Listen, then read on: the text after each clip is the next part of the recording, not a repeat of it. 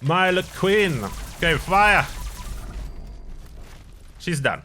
Hey fellow Vault Dwellers, it's Angry Turtle, and today I have for you Alien Blaster build. The one and most powerful Gunslinger build available in Fallout 76. And this guide is for the beginners, but as well for advanced players. So I'm doing something a little bit different here, as both guides are like in one. I will just put a timestamp on the screen for advanced players to skip forward. And as well, please give me a feedback. Do you like this format, or would you prefer if I create two separate videos, one dedicated for beginners, one dedicated for advanced players? And now we are starting from the beginner section. So this version of the build is possible to complete around level 60 something, depend how lucky you will get with all the perks. No legendary items required. So to start, no legendary perks equipped. I know I'm high level, but I'm simulating here a low level situation. So no legendary perks at all. This is a special distribution, and all the perks, the perfect ones. On advanced section, I will be discussing what and why is in this build, including even more perks that advanced section do have. But this is perfect if you are a beginner. Trust me, that's absolutely amazing, and of course you can see the performance of this build. Now, mutations, those are recommended ones, with exception of Twisted Muscle. I have it for occasional use of auto axe when enemies can only be killed with melee attack. It doesn't really negatively affect this build, as that's a VATS focus build. So it can be here. You can even run all possible mutations. It's a valid scenario as well. I have a selection of mutations in here. About the gear, Alien Blaster. If you don't know how you obtain Alien Blaster and its modifications, it comes from Alien Invasion event that luckily will be starting on Tuesday. So if you need a gear for this build, it will be widely available really soon, in a couple of days. Regular modifications like the barrel or the scope or the grip you obtain by scrapping Alien Blasters, so you can obtain the plan, craft a bunch and scrap them. The magazine modifications like Cryo Mag, that's the important one, that's the most powerful, that's the one you want. You need to obtain by completing the event, it will drop as a plan. So that's the weapon. Non-legendary, we are already do great. You will see how well it does if you decide to stick to the end of this video with advanced build. Now, about armor, I'm just having Chinese stealth armor here, because it's easily available early. Of course, later on, your goal will be this advanced version of this build. Depending how far you are in the journey, you will be closer or farther from the ultimate goal. Now, how it performs. Let's shoot those Marlock Kings. As you can see, it's natively silent weapon. So I'm easily able to shoot them without a problem. And AP is regenerating slowly. So my T expired. Let me apply a company T here. You really want to have some stockpile of company T. If you cannot have it, it will be a little bit slower. And I forgot to join a team, I mean create a team. Even if you are the only person on a team, it's beneficial. Now, let's shoot a little bit more of those Marlocks. This weapon has incredibly good fire rate. So that's worth mentioning. Look how easily it evaporates regular Marlocks. It's a little bit slower if there is a Marlock King, as those are especially tanky. And I did not know where the one even went. There should be a Marlock Queen in here, but she do not pop unless I make some noise. Okay, do I have any loud weapon? Nothing. I forgot I didn't carry any. Let me wake her up. Oh, walking around in power armor can wake her up, so I figured it out. Took me a while. Normally I toss a grenade. Now, how well will it perform versus Marlock Queen herself? The majestic level 100 Marlock Queen, one of the toughest enemies in the Wasteland. Let's see, aiming for the head. Ran out of AP, but I managed to take down half of her health. Even firing without VATS, I'm doing decent damage. Of course, VATS way better. And that's a beginner build. My queen eradicated. So this is very easy to obtain. Beginner version of the build. I would say very easy compared to, of course, the endgame version that I will showcase now and discuss more in depth about all the gear, perks, and mutations used. And now, advanced version of this build with everything for ultimate endgame power. Ability to slay bosses, and everything else. Perks. For the legendary perks, the most important one, follow through, because it is a silent weapon, perfect with stealth, total special boost of 20. I have luck, agility, intelligence, and endurance, but as you know, it doesn't really matter. You can always manipulate your special, so whatever you have upgraded, you need plus 20. For comfort, I have Master Infiltrator here. You can opt out from that and use some extra poison resistance or fire resistance from your legendary perks. The regular perks, the ultimate loadout. So, under strength, Trawling Pharmacy to carry stuff, Blocka. Blocka because we are using a blooded build and, you know, it's a wasteland. From time to time, someone will try to bite your ass, no matter what you are doing. Some monster will be there and attempt that, even if your stealth is perfect. So Blocka very handy. Perception 2 perks are really needed for pistols. Tank Killer and Concentrated Fire. It counts as Gunslinger, so Concentrated Fire max out. Amazing for accuracy, especially with so fast firing weapon as Alien Blaster. Endurance. The staples. Life Giver, Fireproof, Radical, and Revenant for this extra kick during the boss fights. So, all important. And if you watch my channel for a while, you know that Life Giver is even more important on blooded builds than on full health builds. So yes, it is here. After that, Charisma. We do have Party Boy. The reason for that is to be able to use Sweetwater Special Blend for plus 15 to our perception. Very easy buff, last 1 hour. A lot of perception, a lot of VATS accuracy. Bodyguards, rank 1. The main reason the bodyguards is even in here is to boost my charisma to 9 points and be able to share a 3-point card.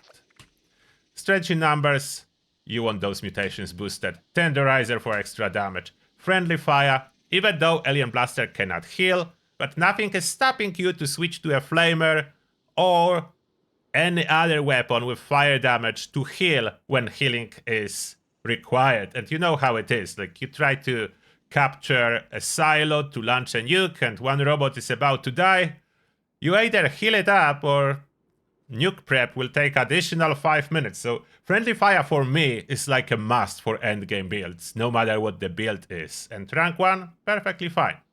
Intelligence, we have Nerd Rage for more damage. Demolition Expert because snowball effect. Cryo mode count as explosive mode, so Demolition Expert is boosting damage even though it does not display it on a Pip-Boy at all. Science boosts all small guns energy damage, including cryo damage, so the weapon needs to be classified as energy and its damage will be boosted, both energy portion and cryo portion, so all the science perks for extra 30% damage, and there is 1 point left. So I assigned Scrapper. Why not? Anything else could be in here. Then Agility. Modern Renegade, rank 1, I noticed surprisingly efficient. You don't need more. Rank 1 is enough to cripple Scourge's Queen Wing in 3 to 5 seconds. So you don't need to invest more than 1 point into that. Master Gunslinger, Expert Gunslinger, max out for extra 60% damage. Born Survival, yes, blooded builds, endgame blooded builds do use Born Survival very often. I always run it. Otherwise, without it, if I don't notice, I can accidentally die or my stimpaks are accumulating for no reason. So I do run Born Survival. It's not really a necessary one, but a comfort. You don't need to keep track of your health. Sneak, 1 rank, there was 1 point. And I decided I want to go with it as I'm using Secret Service armor. So I'm not using a perfect sneak armor, I'm compensating with 1 rank of sneak. Escape Artist is a must for any sneak build. Ganfu, rank 1 for swapping targets. And Adrenaline, rank 1. If I would have more points, or if you don't want to use Born Survivor or you want to skip sneak or whatever else, you can max out Ganfu or add additional points to Adrenaline. I would go in order, Ganfu more important than Adrenaline for most cases scenario. Luck. We have Bloody Mess for extra damage, better criticals for even more damage with criticals. As endgame build, every endgame build should be aiming for critical every second shot, and we are doing it in here, so that's a great bonus to our damage. Curator for this magazine and bobblehead occasional usage. Star Genes to keep our mutation unchanged. Critical Savvy to crit every second shot. And good with Salt as, yes, you need some of those buffs and that gives you the comfort they do not spoil quickly. For example, Company Tea is always fresh and ready. Yo, crit boosting food is always ready. 125% crit damage from food, very important. And even though it's not hard to craft, I notice wherever I try to play without Good with Salt, I'm going for a boss fight, and instead of my crit damage boosters in my inventory, there are spoiled veggies. So, no, I cannot play without it. I cannot manage crafting food every couple hours. So I rather have Good with Salt and check my food once a day or once a couple of days. So those are perks. Now, mutations. For mutations, only the essential one, Adrenal Reaction to boost damage. Bird Bones for extra agility and for sneaking mainly, but falling slower is as well a bonus. Eagle Eyes for more damage. Herbivore for more damage and more AP regen. Herd Mentality for free special, just because I'm part of the group. Even if group is empty, it works, so that's important to mention here. You can be alone in your group, it still works. Marsupial for extra jump height. Speed Demon to move faster. Twisted Muscle, that's for my occasional activity in daily ops, when enemies can only be killed with melee. And Gun Accuracy does apply only to hip firing. It does not affect VATS accuracy, so this build is not really affected. You could run without. This mutation is not here necessary, it's my personal preference to have it. Additionally, this gun accuracy penalty I'm using intentionally for tagging on events, as this increases the spread on my cremator. I have Vampire Cremator that I'm using for open air events for tagging. So as you can see, with this mutation, it gives a nice spread. I fire all around, so in my case, this is not a side effect. It's a positive effect of Twisted Muscles. I want my hip fire accuracy reduced, or in other words, my spread for Cremator increased for easier tagging. I cover wider area with ease. Now the gear. Currently the best possible Alien Blaster is 2-shot Alien Blaster with crit damage and less AP cost. Eventually, faster reload would be perfect too, but it's quite AP heavy weapon, comparing it with commando weapons that can go down to 4 AP. The lowest AP cost for Alien Blaster is 14, and that's with action point reduction on legendary effect. So this is currently the most powerful version of Alien Blaster. With map expansion, it is possible that Blooded or Anti-Armor will be stronger than 2-shot, but we'll see. It's still up in the air. We'll see what's gonna happen. For now, this one is the most powerful. Outside of weapons, like Alien Blaster, which is my main weapon, as I already mentioned, Cremator for event tagging, Red Appa is in here for daily ops and mutated events when they can only be killed with melee weapons. Gamma Gun for my rat management, like, you know, the endgame setup. Endgame players always have more stuff than necessary, and Peppa Shaker just didn't fit in my stash box. It should be there, it's not needed. Armor. I'm running full set of Secret Service and it's not perfect, but it is unyielding. I gave up on attempting to craft a perfect set of Secret Service, so I stick to 3-star and unyielding and whatever best I could get on other stars. Secret Service is not the best for stealth, but the best for resistance, therefore I can use this set to both situations, when tanking is required or when I can sneak. It works. It's not ultimately tanky build, so in the critical situation that I need to tank a lot of damage, I will jump into my power armor. That's my solution. That's why this build do not contain really a lot of damage mitigation. It's not super tanky build. This is armor. Of course the food, whatever you can boost, your criticals, I have everything. I will do a separate video about endgame food management, as there is a lot.